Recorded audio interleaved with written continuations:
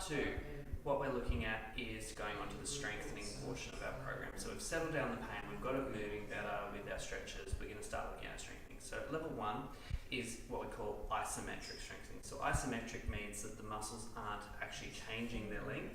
So what we're doing is, level one is hand on the inside, or outside like that, and pushing out against your hand. So your arm's trying to move out that way, and you're stopping it with the other hand. You're then going to do hand on the inside and pushing inwards. So we're trying to get our hand to move in that way, and we're pushing against it. Holding for 2 to 3 seconds and repeating 3 lots of 10. You can also do this against a wall, pulling inwards, or pushing outwards with your side of your arm against a wall. That's level one. Level two is using a TheraBand. So what we want to do with the TheraBand is tie it onto a fairly firm structure so it doesn't fly off and hit you.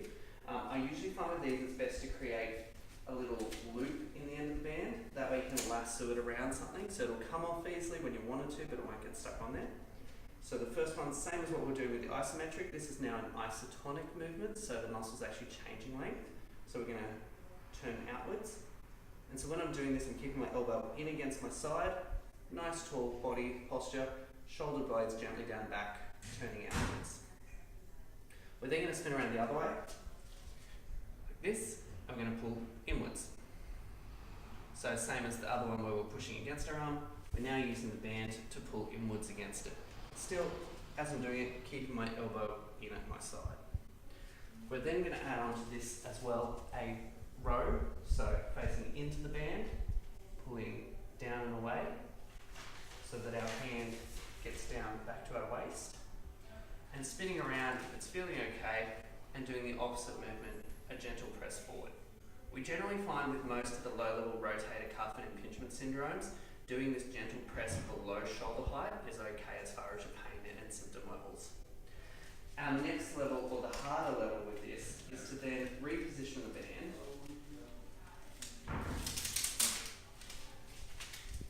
up to a higher height.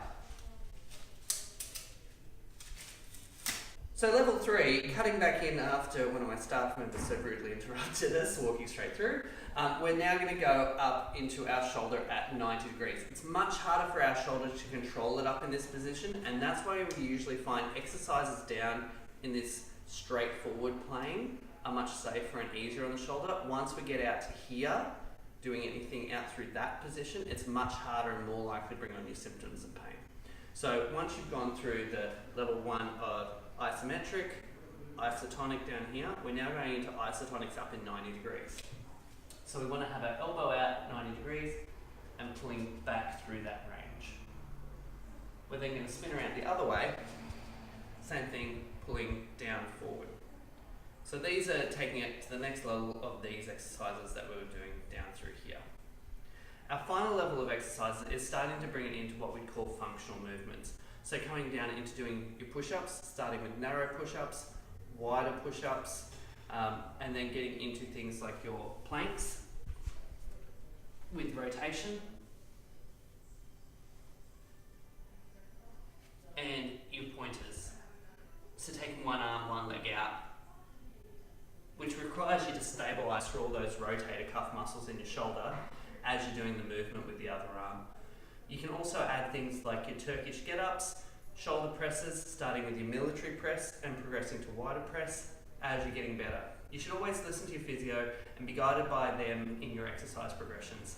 I hope that's helped you with some exercise and ideas for your shoulder rehab.